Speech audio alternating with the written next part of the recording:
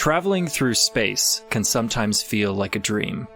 The miasma of nebulas, stars, and truly massive expanses of nothing can weigh heavily on a human mind. Between spacewalks and bulkheads, the astronauts of the DSS-1 have been away from solid ground for over 40 years. Now they plan for their first landfall ever, an undertaking not designed into the ship's structure. Contingency plans for an emergency landing were thought of by the Sahara Science Division and spearheaded by one Dr. White, a man who had just lost his only child to cancer and whose headspace could not have been altogether sound. It was for this reason that every attempt to utilize the patented landing foam had resulted in catastrophic explosions of the prototype ships, and a woefully over-budget Sahara had opted for a space-only vessel, whose final descent would have to be made into a suitable body of water. Now 30 odd light years from Earth, a haggard DSS-1 crew has to deal with the fact that they cannot safely land anywhere if they ever plan to return home. Rune Carlson, of all people, has offered an unorthodox alternative, using the landing foam not on the ship, but on a dropping landing team. The team could exit the ship and make it to the ground alive and unharmed. The only problem left is how they will get back up. The whole crew plus Lorena is gathered in the meeting room going over final checks and briefings for the landing as the ship approaches the planet. You have not yet received atmospheric data.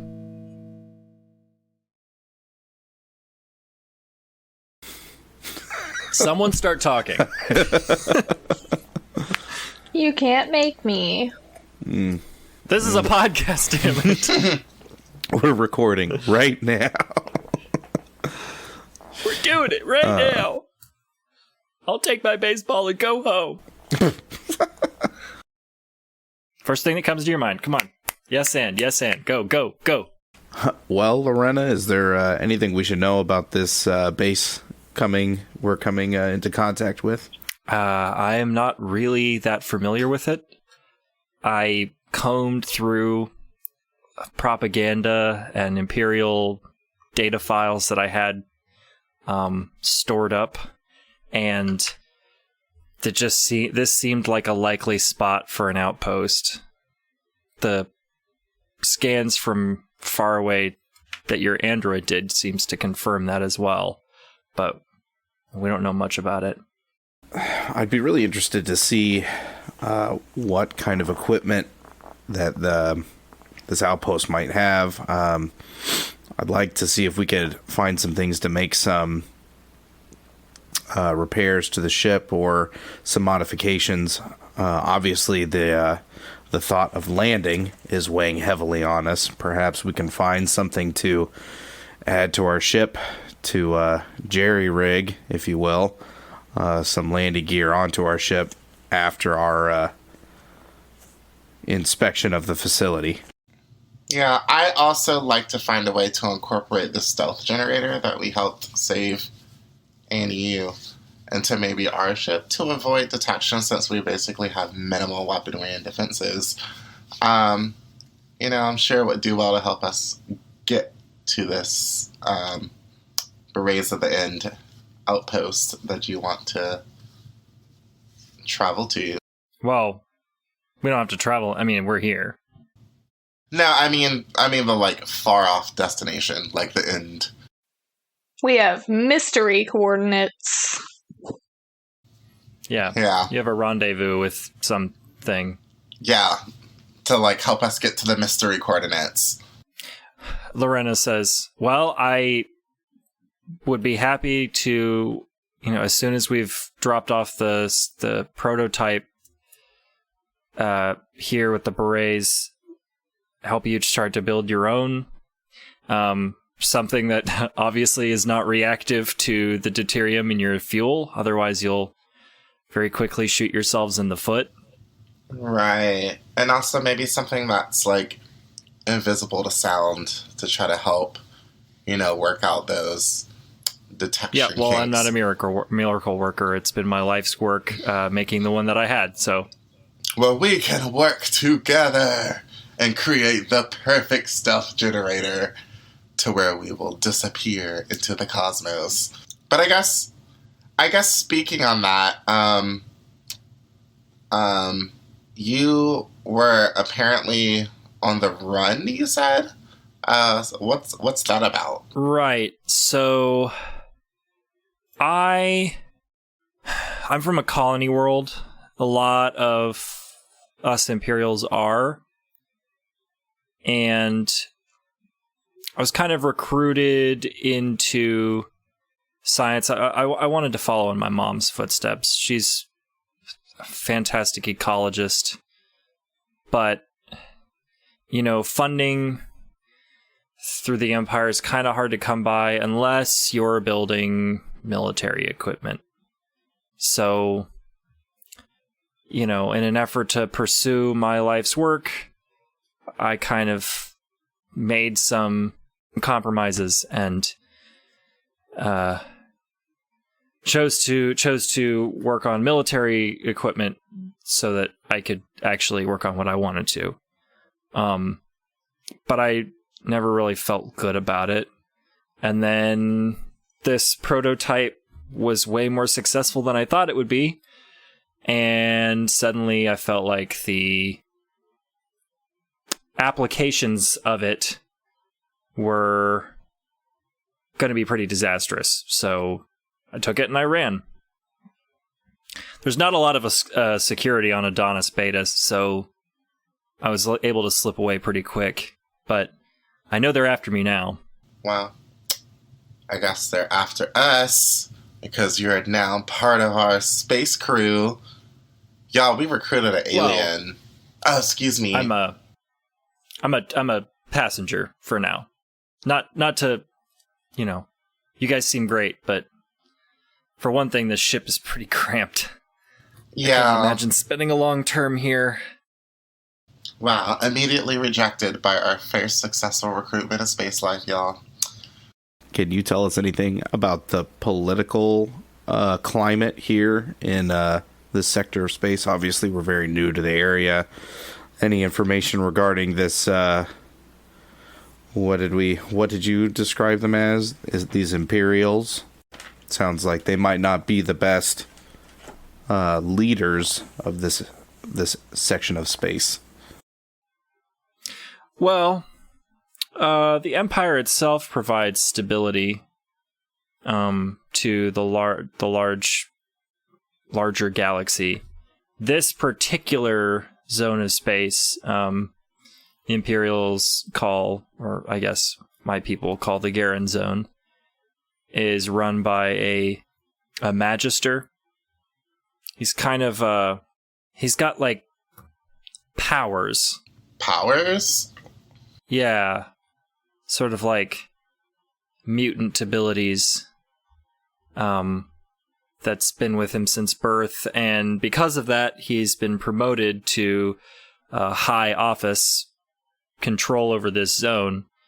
But people here aren't especially thrilled about being subjugated, especially the Jagger, who have just lost their homeworld elsewhere and resettled here, and then were told that they had to bend a knee to Ordeus. So his name's Ordeus? I'm sorry. Yes. That sounds evil. It's not his full title. His full name is High Magister Calum Carius Ordeus. Wow, that has... Is it just me, or does this empire have, like, surprisingly Roman roots? Is it just me? It sounds super Roman. I don't know. Maybe these are our ancestors, y'all. I mean, it'd be the first that I knew about any humans making it this far out into space. As far as I'm aware, we're the first people to make it out into this area. Yeah, your captain's right. I don't know. I've never met your kind before. I mean, I'll admit, scientifically speaking, there are some similarities between us physiologically and culturally, but yeah, I think that's where the similarities end. Yeah, I think that I personally would just like to believe that we were just seed beds of this space civilization and not little particles floating around in space. I don't know. Either way. Well, you and I are both scientists, I gather, so what you have there is a theory. If you can come with some facts, you can start to establish a hypothesis. That's exactly what I expect to do on this journey. But I guess since you are forming a resistance, and they already seem to be galactic tired. Somebody else is. I want to get them this stealth technology in their hands, because I feel like they have a better approach than the rest of the Imperials to relations with other alien species. Kind of more of a cooperative rather than subjugative.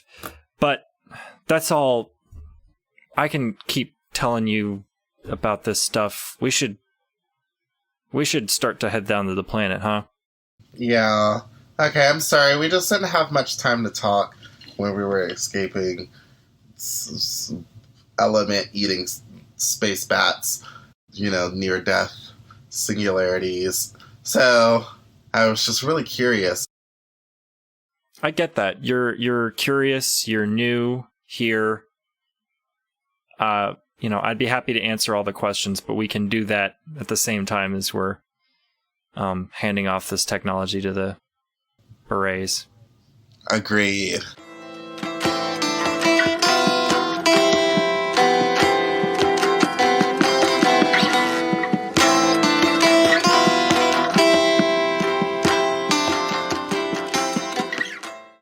You all return to the cockpit, and Android is waiting for you there. It says, "I have the atmospheric data for you if you are ready, Captain." Proceed. It looks like the planet is heavily impacted by storms.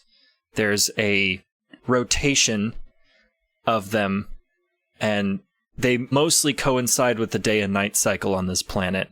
But when the storms are active, it is very intense electrical and dust storms. I have not been able to get communication down to the outpost or receive any response from anyone on the surface. So if you're going to meet these people, you'll have to do it on foot. Okay, well, Rune, what is our landing situation looking like? Really, we should just be able to use the landing pads to basically jump ship. You ever been skydiving, Captain? The last time that I was free falling was on not the maiden voyage, but on a test flight of the prototype of this very ship.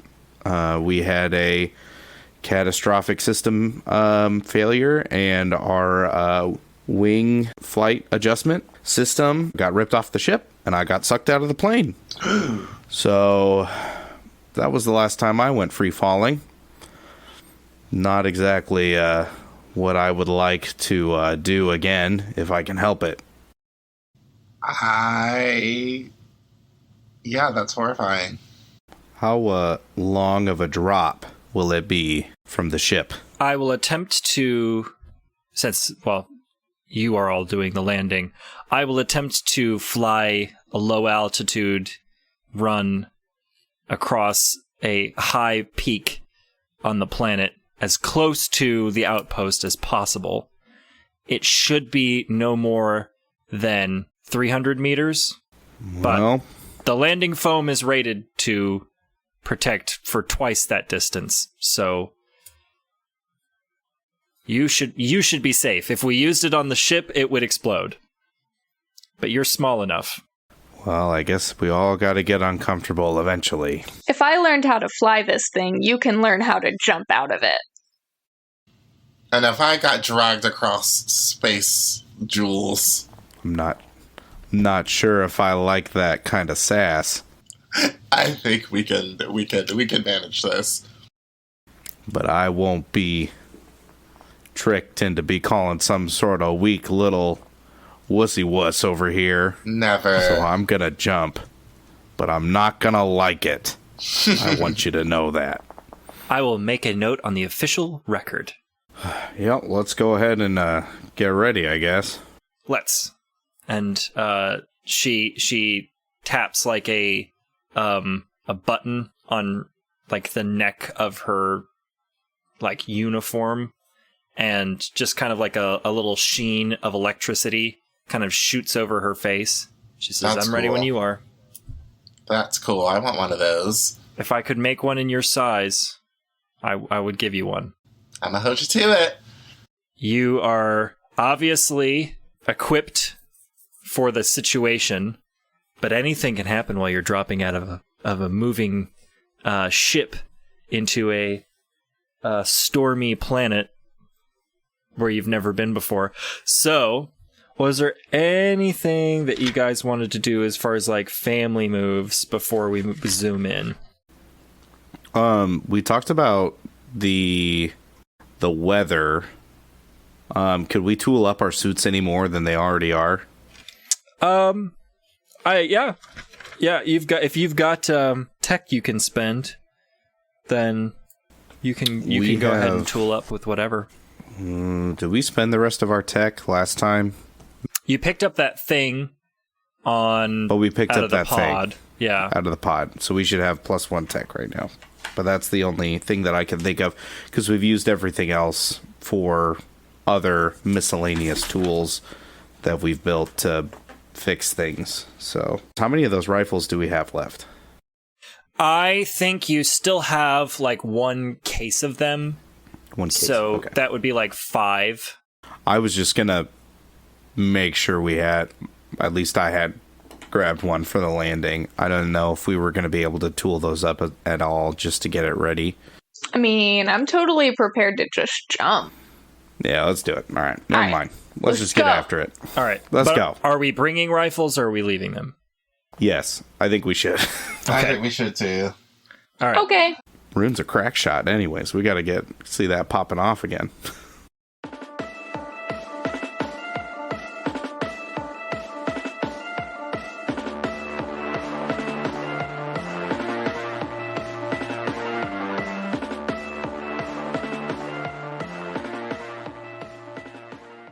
Okay, so we're going to start with forge a path. When you find your way across precarious or dangerous terrain, roll plus force. And I will say, who is initiating this jump? I'll go first. Yuan wants to go first. Okay. Yeah. So you are going to make the forge a path roll. Everyone else is going to be following you out of the ship. All right. I'm sorry, I've always wanted to be the first human to land on a planet. So I'm going to do this. This is one small step for the crew and a huge leap for mankind. Let's do this.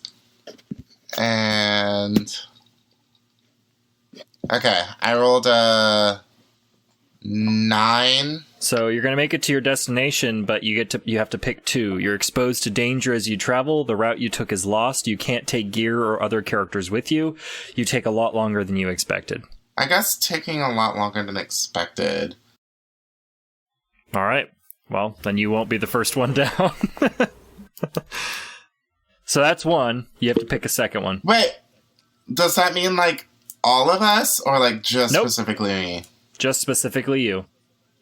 Oh, okay.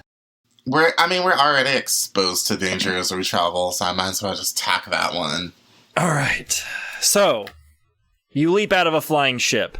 You jump out first, quickly followed by Samson, Rune, and Lorena in no particular order. The others seem to kind of catch a good descent. You, however, have been like swept up in an updraft, and while you see the others kind of heading towards the ground, you are being thrown in another direction, and so we see Rune deploys the foam, so you throw this canister down at the ground below you, and it hits and explodes and quickly expands out to like pillow the ground beneath you in this just like quickly rising gelatinous foam. And then, Rune, hits into it, kind of just like hitting Jell-O. You just hit it and slowly sink in. And Samson and Lorena do the same. Yuhuan, this is the target entirely, and you hit a ridge just past the landing site, and you're going to take 2 harm. Ooh. Damn. Ooh. Oh my god. Ooh, that sounds like I should be unconscious.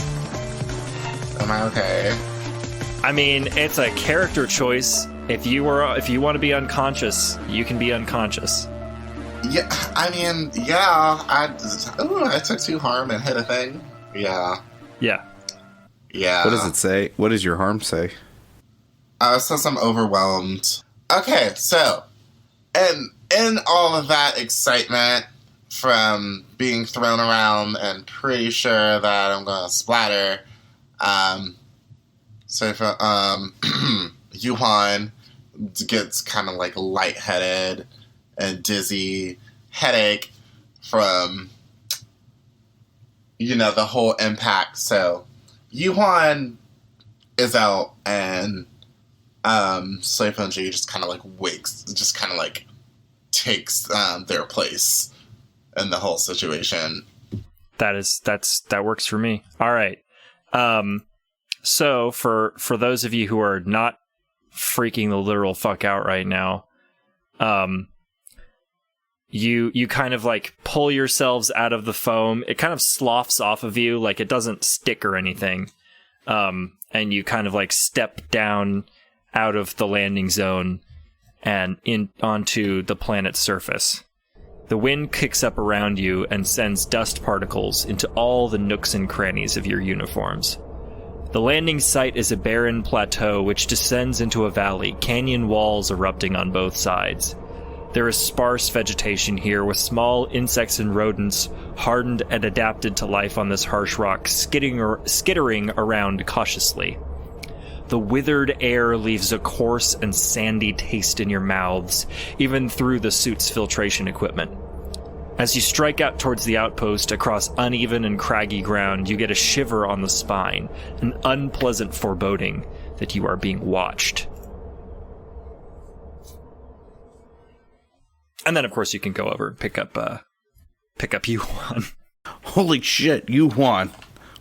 What happened? Wow. That was interesting. I don't know. 1 second I was falling, and then the next second I seemed to be flying until I didn't quite stick my landing. I seem to be alright, though. Just whacked my head a little bit. And during speaking, Soifunji just kind of does this thing where they're always, like, squeezing their palms and, like, trying to get used to their fleshiness. Mm-hmm. But it still always just seems kind of uncomfortable. Rune, how was the landing? Nice job, by the way, with the foam. Yeah, no problem. Looks like, most of us made it. Mm-hmm.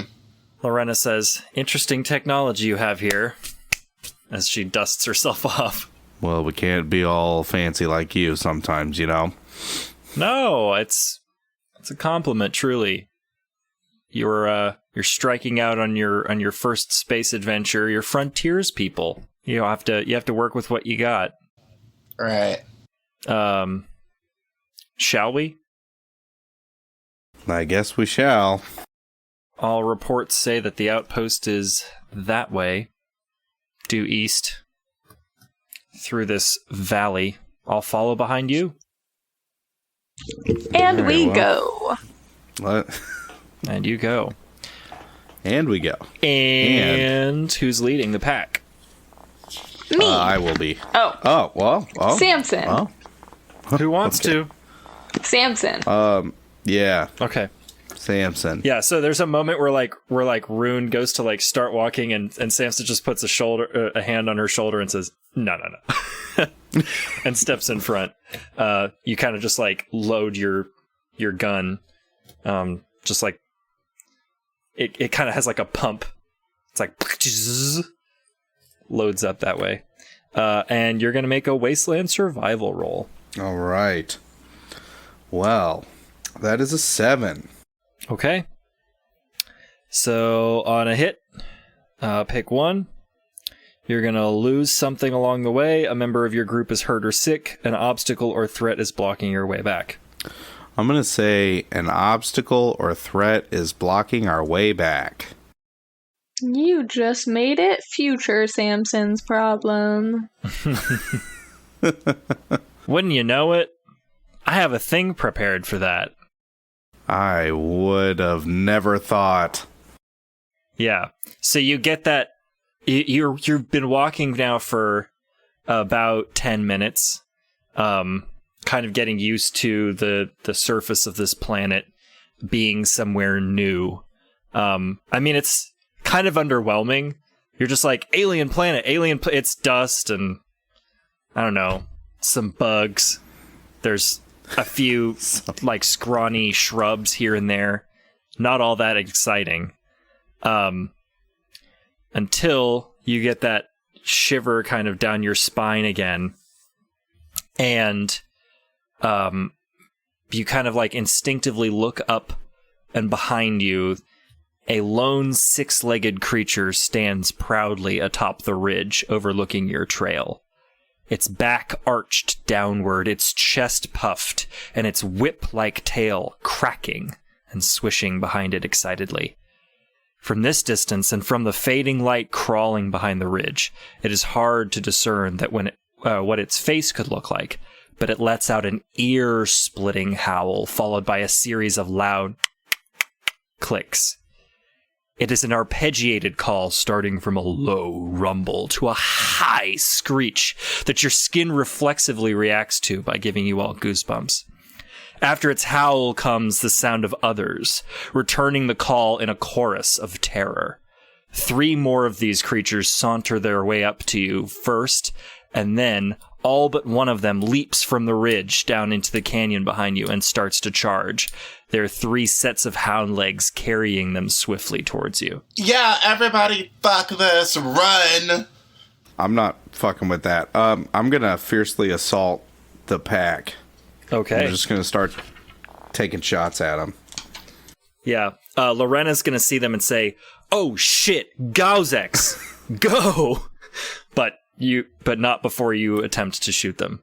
That is an 11. Oh, right. You choose 2, and I choose 1. So, avenue of escape is clear, and then you inflict terrible, savage, terrifying harm, frightening and dismaying my foes. Okay. So, the avenue of escape is obvious. It's in front of you. They're behind you, chasing you. You got to keep going ahead of you. Mm-hmm. But you do see the one that stayed up on the ridge is kind of like trying to make a beeline to get ahead of you.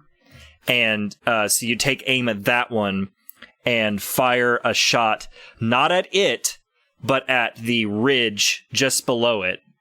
And your shot kind of breaks the rock with this like, green lightning bolt, and this thing kind of falls out of sight into the ridge, and you hear like a bone crunching noise and a yelp. Oh, nice shot. Good to know the reflexes are still working. Well, these reflexes should have your legs moving because we need to be running. Yeah, Lorena's gonna kind of look back to see you do this, and then grabs your arm and says, "Move." All right, so I guess we're going to start running away. For our lives. Running for your lives. We can run twice as high. Do we need to do wasteland survival rolls as we're like trying to? Oh no, this is a dangerous situation that needs to be de-escalated. I would assume. Okay, I'll do a diffusion roll. Okay. What are you using? What are you trying to do with it? Okay, so these creatures, it seems that they like communicate with sound based on their loud, gurgling groans, terrifying things. I don't know if it will work, but I wanted to see if like we could find a way to mimic the sound. So that sounds like fast talking or misdirection. So you'll roll plus sway. Okay. I rolled a 6, even with my sway. All right. That was a fail. Sorry, Phil. That is a fail. It's been a while since we've had a hard move. Right. It has, but I'll go ahead and take it. All right. So you attempt to you stop once again to attempt to like mimic this thing's call to sort of confuse and disorient it. What you do instead is you let out this like big shriek, and you hear the three are still there's three still chasing you, but from kind of both sides of the ridge you hear more calls. Okay, I may have actually made everything worse. Yeah, there's now 4 more, 2 on each side of the ridge that are kind of running above you, and have joined the pursuit. So, yeah. Could I do a move, like a specific, like a special move? What is it that you have in mind? It would be hold back the tide move, which is when I roll plus steal on 7 to 9, pick 1, on a 10 plus, pick 2, with the options being no harm comes to the thing you defend, you deflect blows raining down, or you force the danger back and away. All right. And that is a 9. Okay. So that's a mixed success. So I'm going to force the danger back and away. All right. There's no sacrifices when you have a mixed success. It just says pick 1. Oh, so on a 10 plus you'd pick 2. Well, I would pick 2. Okay. Yeah. All right. And then I guess you would get to write the narrative. Okay. Here's what happens. You guys are running for your lives, effectively. And you spot ahead of you a, like, steep decline. Probably pretty dangerous decline. And I think Rune has gotten past you at this point, because you did stop to make that shot earlier. And Rune sees it also and, like, goes to pull to a stop. But you just, like, push her forward and everyone forward, and then you slide down this decline, just kind of like, on your butts, gravel and rock just kind of flying in all directions. It hurts, but you're alive. And then when you get to the bottom of the ridge, you kind of turn and fire another shot at the ground below these things as they kind of crawl or climb down the decline. The ground gives out underneath them, and they all start toppling head over heels down in your direction, but like out of control. Cool. Well, now what? I feel like Rune hasn't diffused. I was gonna say. I haven't diffused. Yeah, so far we've had a fail, a mixed success. We haven't had a complete success yet, so Rune, all right. If you'd like to give something a try. Honestly, I want to take I'd really like to take the opportunity of all these little things being like tripping all over themselves and having a hard time to like try to just run away and get to the direction of the outpost that we're searching for. Okay, so you want to do... So would that be endurance or quick action? You can make a case for physical exertion or endurance. Okay, well, my steel and force are the same, so I'm just rolling +1. Okay. All right, and that's going to be a 10. Okay. So the situation is safe unless changed significantly. So in kind of the chaos, you grab everyone up, pulling them up quickly and take off, booking it towards the outpost. And when you turn around, they are no longer following you. Fucking baller.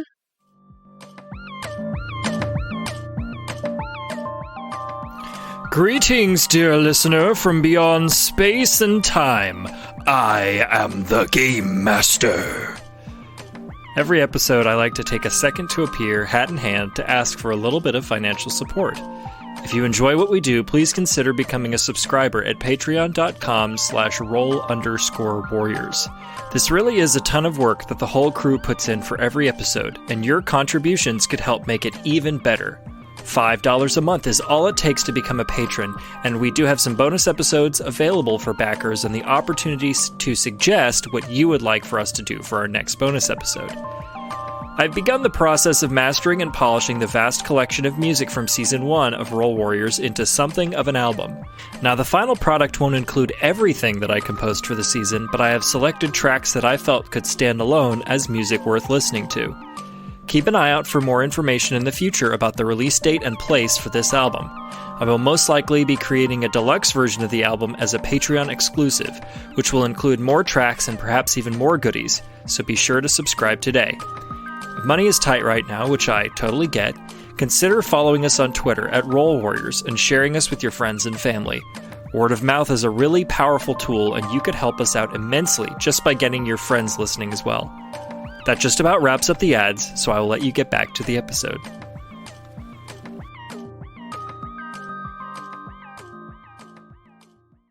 You guys have traveled another hour and a half, and approach where you think the outpost is. And you have noticed the sun has set on this planet, or the star that lights this planet has set. So it's gotten very dark, and you can hear the wind kind of picking up as a storm is rolling in from the west, which is just over your right shoulder, and you can see big bolts of purple electrical energy kind of striking the planet from this far off storm. Well, I don't like the look of that. Let's can we pick up the pace? Where's this base we're supposed to be looking for? And Lorena says, according to the scans, it should be at the bottom of this ravine, and kind of points in a direction. All right, well, lead the way. Let's move quickly. Come on, folks, let's go. All right. Right behind you. This building sits at the bottom of a ravine. It is a simple and ugly concrete structure that rises from the ground like a beacon of safety. On the roof of the structure is a large, long-barreled silver rifle, mounted to a tripod. Around the side of the building, you notice that a large bay door appears to be open. An object in this doorway sits under a tarp, which billows aggressively in the wind. No lights can be seen from within. Lorena, what do you make of this? It, looks powered down to me. Let's see if we can find your people in there. Let's hope so, but I'm starting to have my doubts that they're here. We need shelter from the storm either way. But I suggest we move quietly Who knows what could be in here? Agreed. So you approach this open hangar bay. It appears to have been left in disarray.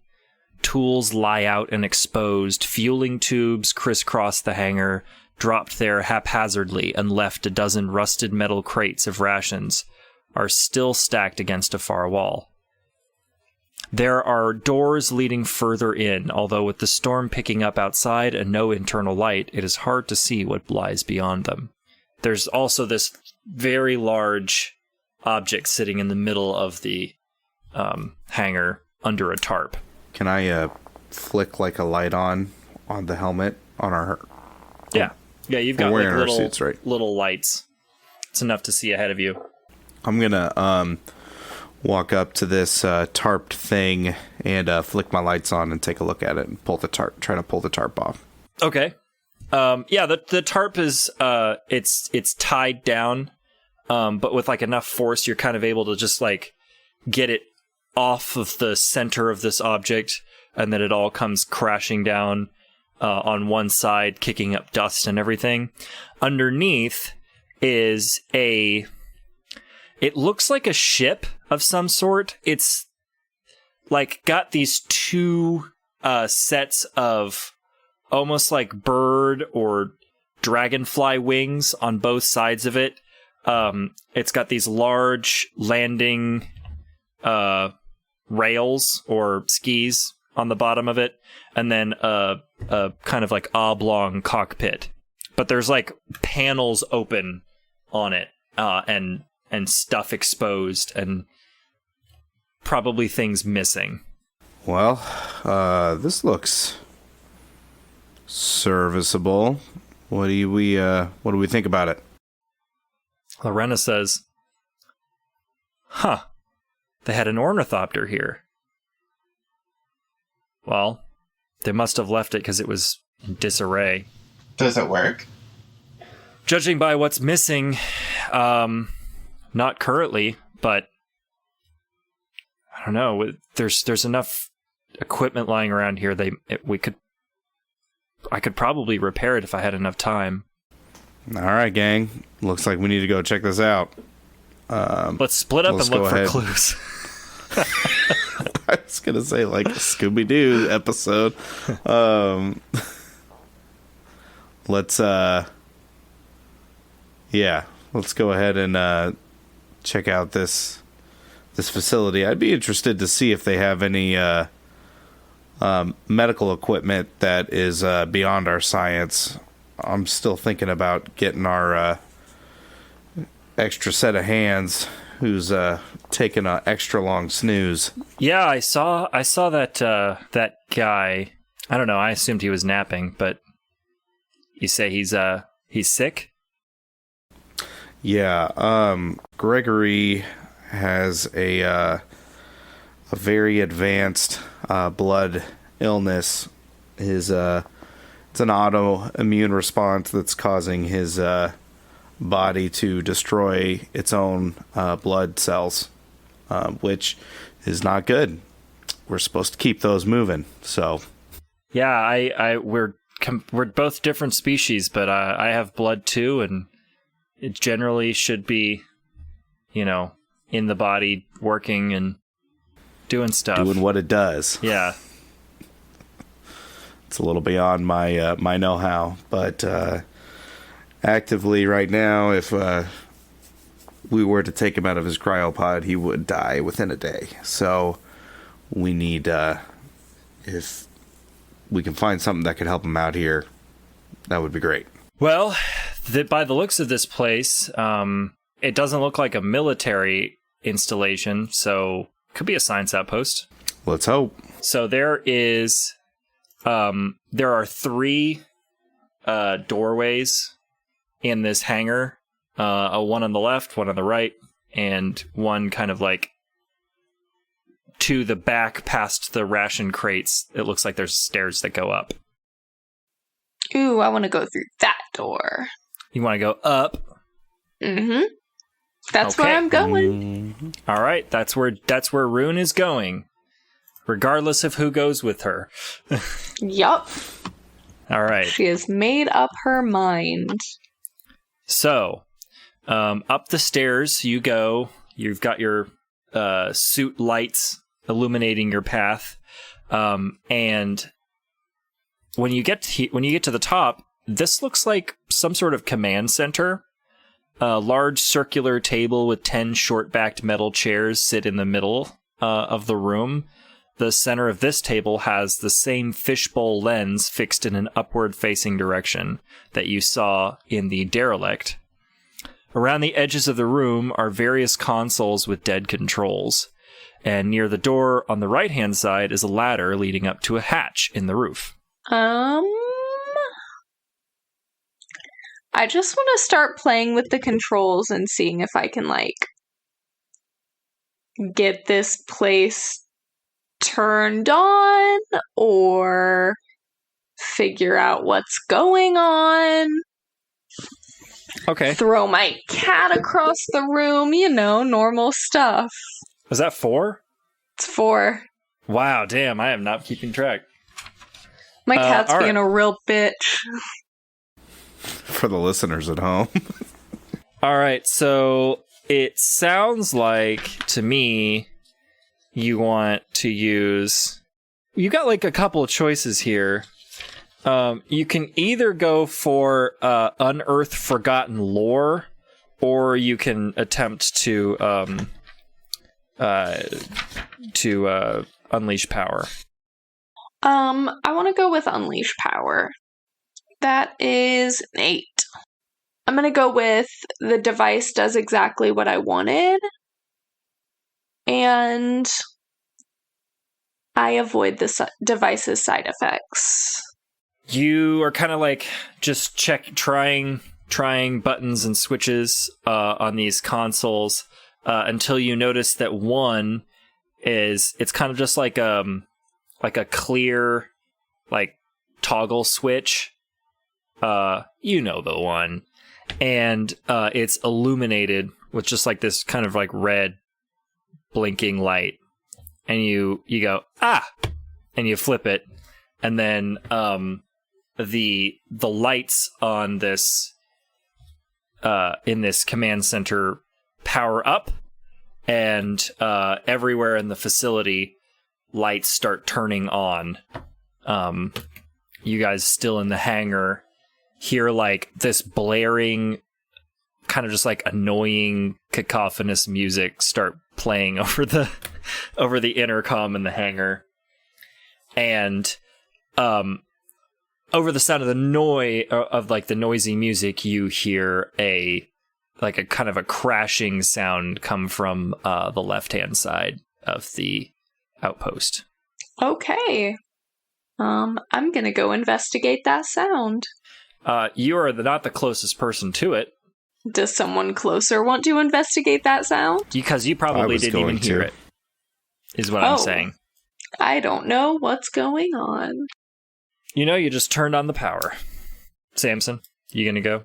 Yeah, I'm gonna go check it out. All right. Anyone going with?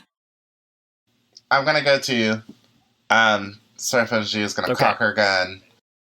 All right. Lorena is sticking to the hangar.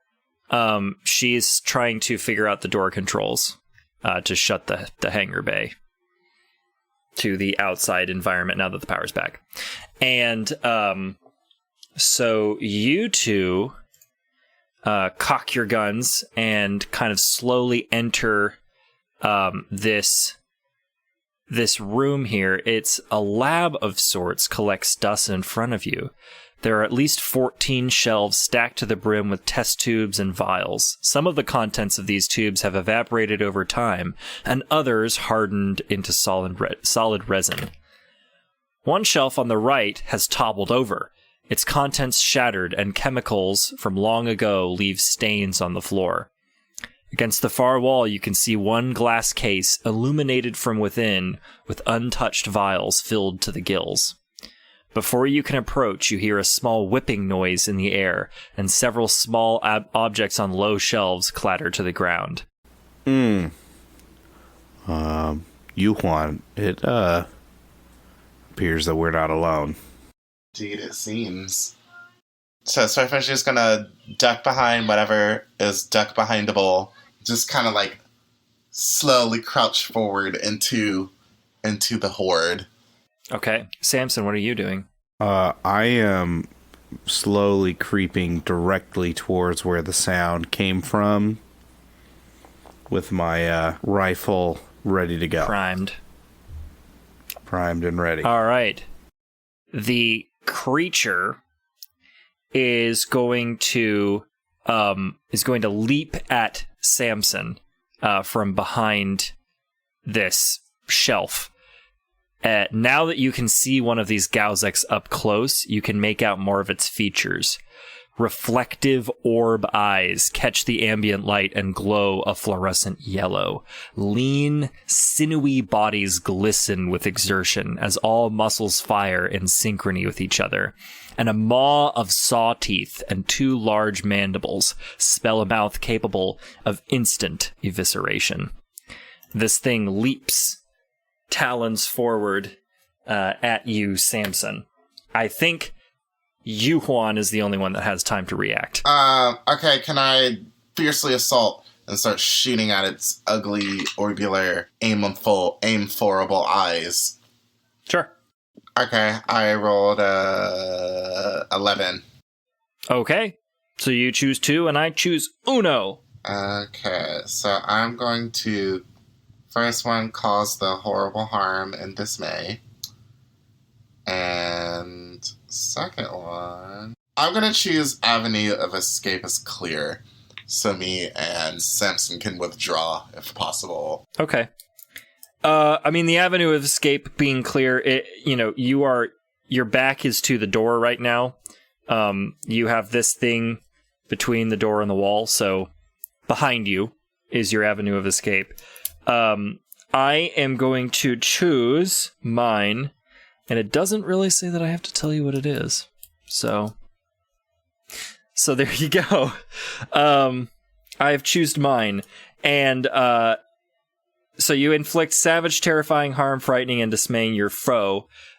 You hit this thing kind of between its two front sets of legs as it leaps into the air at Samson, and the force of this green lightning blast shoots it into the wall of shelves behind it and creates kind of a domino effect as things just come clattering down to the ground. And it does get up after a second and kind of like limpingly sort of like encircle and look for like a way to get to the door. I'm going to try to defuse it using force and try to kill it. Using force to try to kill it sort of doesn't sound like de-escalating, but go ahead. I don't know. It says intimidation or physical exertion. Yeah. I could, intimidation, I'm assuming, is more just like, go on, get. I mean, I guess I could just do a fiercely assault, but that still doesn't necessarily kill it, though, does it? You never know. You never know. All right, well, I'm going to shoot it regardless, so I guess we'll just go with that. Fiercely assault, okay. Then. All right, well, that is a 10, so. All right. Yeah. We're going to inflict some more harm on this thing, and then get information from our foes. Okay. Get +1 data. Oh, you're going to get 1 data, and it inflicts savage, terrifying harm. Okay. So, what is going to happen here is you kind of look around quickly at it, at the way that it's like holding itself now that it's wounded, what it's protecting, and you realize it's kind of like staying very low. So it must have like a weaker underside, and so you kind of like kick it to get it to like kind of move back, and then shoot it in its stomach to try to finish the job. It will get a bite on your leg as you kick forward. So you are going to take 1 harm from this like mandible kind of piercing your suit a little bit and getting skin. But once it's gotten the second shot in the stomach, it kind of crumples down and curls up into a ball and does not get up again. Serves you right.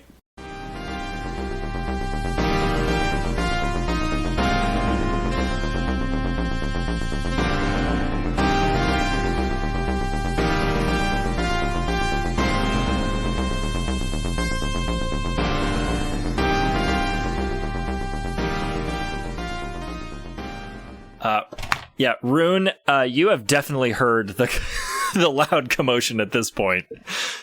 Okay, so I'm gonna go find out what's going on. You see them standing over a dead Gauzek and a lab that is just in fucking tatters at this point. The only thing that has not been sort of obliterated by this fight is the kind of illuminated, locked glass case. Well, I'm gonna try to unlock this case. Okay. Don't worry about us. It's fine. We're all good. You killed the thing. Oh, you're fine. I want to know what's in this locked case. I just love it. Rune just walks into the room, says, that happened. Okay. Carry on. So how do I unlock a case? I'm going to break the lock. You gonna fiercely assault I'm going to fiercely assault the lock. Okay. Oof. That's going to be a 5. I'll come over and do like a help action. Okay. What are you doing to help? Ooh, that's a I'm also just gonna hit it. Take turns. It's like butts of the gun, just... Yeah, just... I rolled a 12. Okay, alrighty then. Damn, Fucking look special at that. over here. With your damn huge-ass fiercely assault rolls. Okay. You know what to do. Maybe we'll just do the gain a device and then gain a data. Okay. Alright. So... Okay, cool. From the GM list, someone or something important to you is harmed. I think Rune thinks that you have the lock broken, goes to open it, and you smack down the gun onto their hand, and so Rune, you just like pull it back, and you've got like a cut, an abrasion in your knuckles. What the fuck, Samson? It wasn't open yet. What are you doing grabbing this stuff? Oh my god. Pay attention. I don't know what to I'm tell trying to get you. into the case. I'm trying to get into the case. Well, it's open now, so come on. Yeah, the door's kind of sitting like just ajar now. There is an object sitting kind of like on a lower shelf. So like all the top shelves are just like it's a wall of essentially of these vials of different liquids inside of them.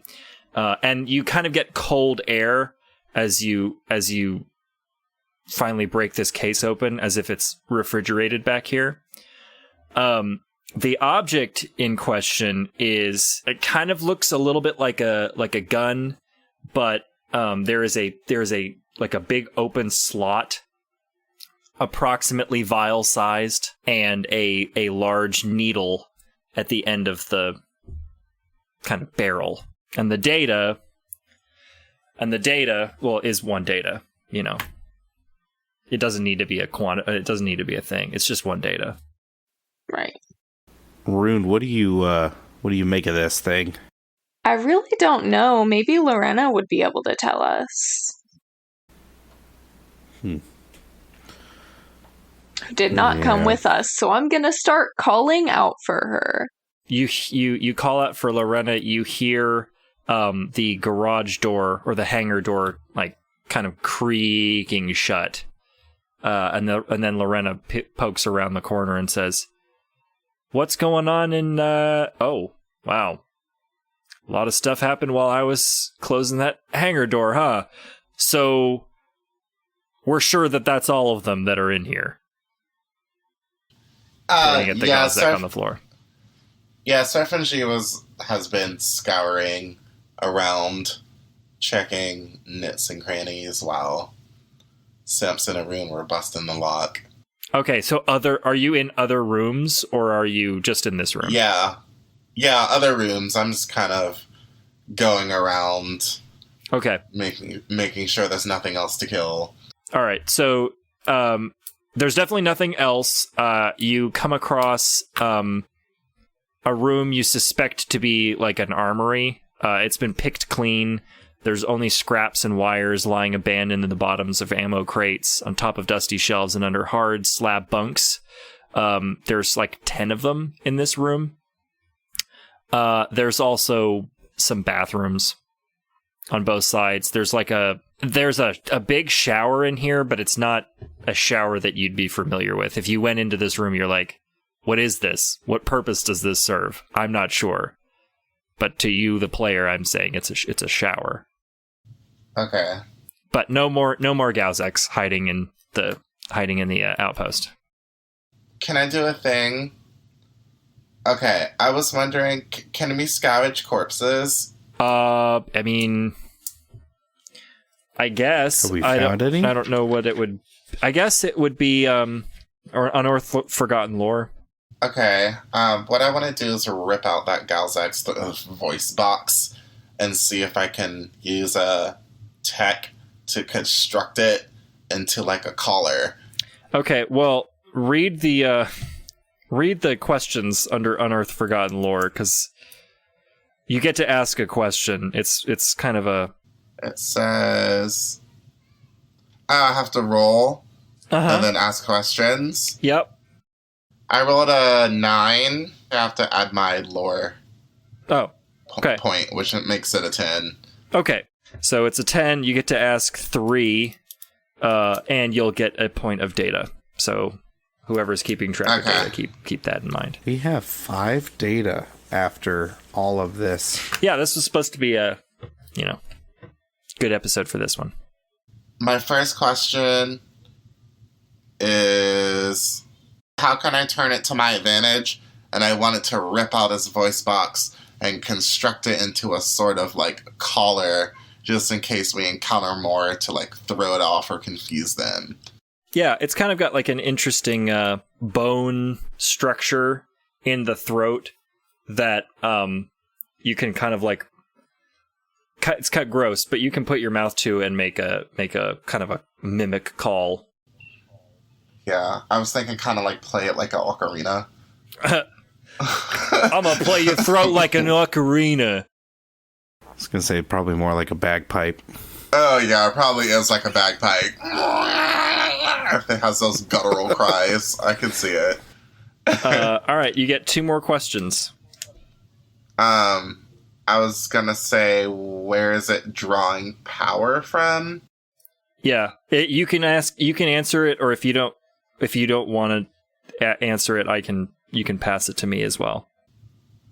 Yeah, where is it drawing power from? So it's got you cut into this thing more, and you see that this thing has like a dual heart.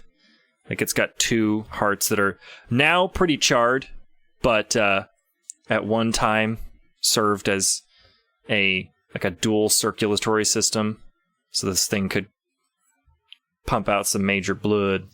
Okay, so this thing has 2 hearts. I'm guessing, and I guess this is just a question that kind of goes inside where it's drawing power. Is its heart under the soft belly? So can its heart be punctured from underneath? Yeah. What dangers is it hiding? Like, what else can this thing do? Okay, so you go back up to like the mouth area, and you're like inspecting these mandibles.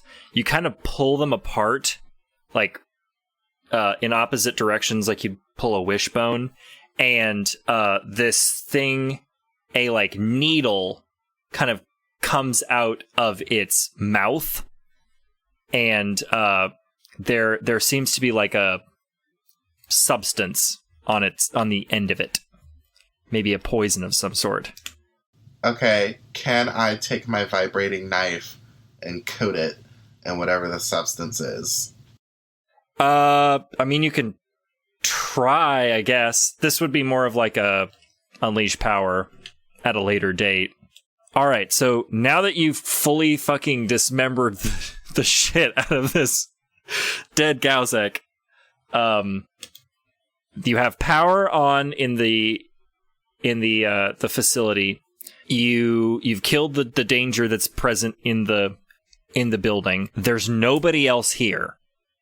That much is clear from your kind of scouting. Is that this place seems pretty abandoned, and you would gather that it was like a hasty retreat from the fact that there's like just crates of rations still sitting out. They didn't like clean things up, or there's like a few data pads that you've picked up that count towards your data that are just like indicate that this was a more of a scientific outpost. They were specifically like analyzing alien bloods to see if they could cure illnesses that the Empire has put out there to harm other life. So, is any of this usable, Lorena? She kind of like goes over to the glass case and kind of pours through some of this stuff. She says, well, first let me say this isn't my area of expertise. I have a basic medical acumen, but I'm really more involved in electronics and engineering. But these vials contain blood from at least 6 different species of aliens. If you wanted to take them with you, they're just going to go bad here. We might as well. If they're blood samples, We could try to synthesize something from it. right? Yeah. I mean, whatever you guys want to do, it's you really do need a leg up in this sector of space because you don't know anything about anything. Thanks. I'm sorry. That's just the truth. I'm not being trying to be rude here. No, I know. It just stings a little bit. Yeah, speaking of stinging, do we have to go back out there? I mean, we're gonna have to get back on our ship eventually, and sooner rather than later would maybe be the way to go. Yeah, I mean, Whoever's storm here going on obviously outside. left for a reason, and I don't know if I want to stick around and find out what that reason was. I second that notion. Okay, I guess we did run into that ship thing. Should we try and see if we can get it working now that the power's back on? That's a good idea. That might get us safely off-world, and then we could dock onto our ship from space. As you guys are talking, you kind of hear just like an ambient noise all of a sudden that you didn't notice before. It is just like the kind of rather loud wind slapping against the walls of this outpost. Every now and then there's a roll of thunder as the storm that was cascading across the horizon has now hit you. Yeah, we're not going anywhere anytime soon. Well, I guess we have nothing to do but look around. Let's see if we can salvage anything. Like, I guess all the weapons have been picked clean, but maybe there's information on that group you're looking for hidden somewhere else. Yeah. It's certainly worth a look around. There's beds back in the armory. There's food rations in the hangar. And I think I spotted a shower, which I would be remiss to pass up, given how I don't really fit in yours. Touché. Well, I didn't see anything that really looked like a shower, but you would know. Yeah. Anyone's welcome to come with. It's big enough for, well, the entire outpost of people here. Surfungi just stares at Rune. Rune is looking at literally anything but Lorena. I'm just gonna go and check the rest of this place out. You guys, just let me know when everybody's done. I'll go take my shower by myself. Your species seems very squeamish. And Lorena's kind of peeling parts of their uniform off as they walk towards the shower. What happens if we open a door during this storm? Well, who are you asking? Because she just went up to take a shower. That was Demi asking you what happens if we try to open a door? My answer is fuck around, find out. That's okay. Surfungi has this reckless plan that she wants to try. You also have harm to take care of. Yeah, I know. I'm overwhelmed, and in my overwhelmedness, I kind of wanted to test a theory that I had. Surfungi has some type of plan that she's trying to see if it works. Mostly out of boredom, but mostly out of maybe obtaining a super cool new weapon. And it's just, not really caring about the consequences, just kind of testing her curiosity. So we see them kind of just sneak away from everybody else and sort of gather up a few pieces of equipment and head in the direction of the roof. Rune, what is Rune doing during the storm?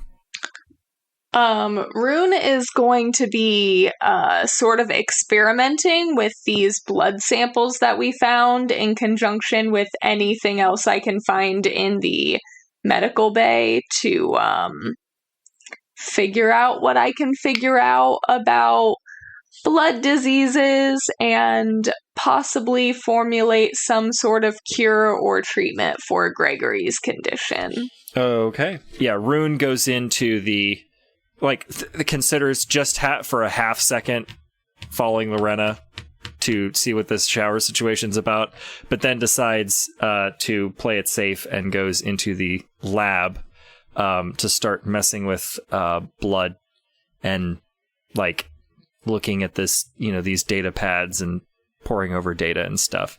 Samson. I have returned to the hangar to start inspecting the ship that is sitting there. Okay.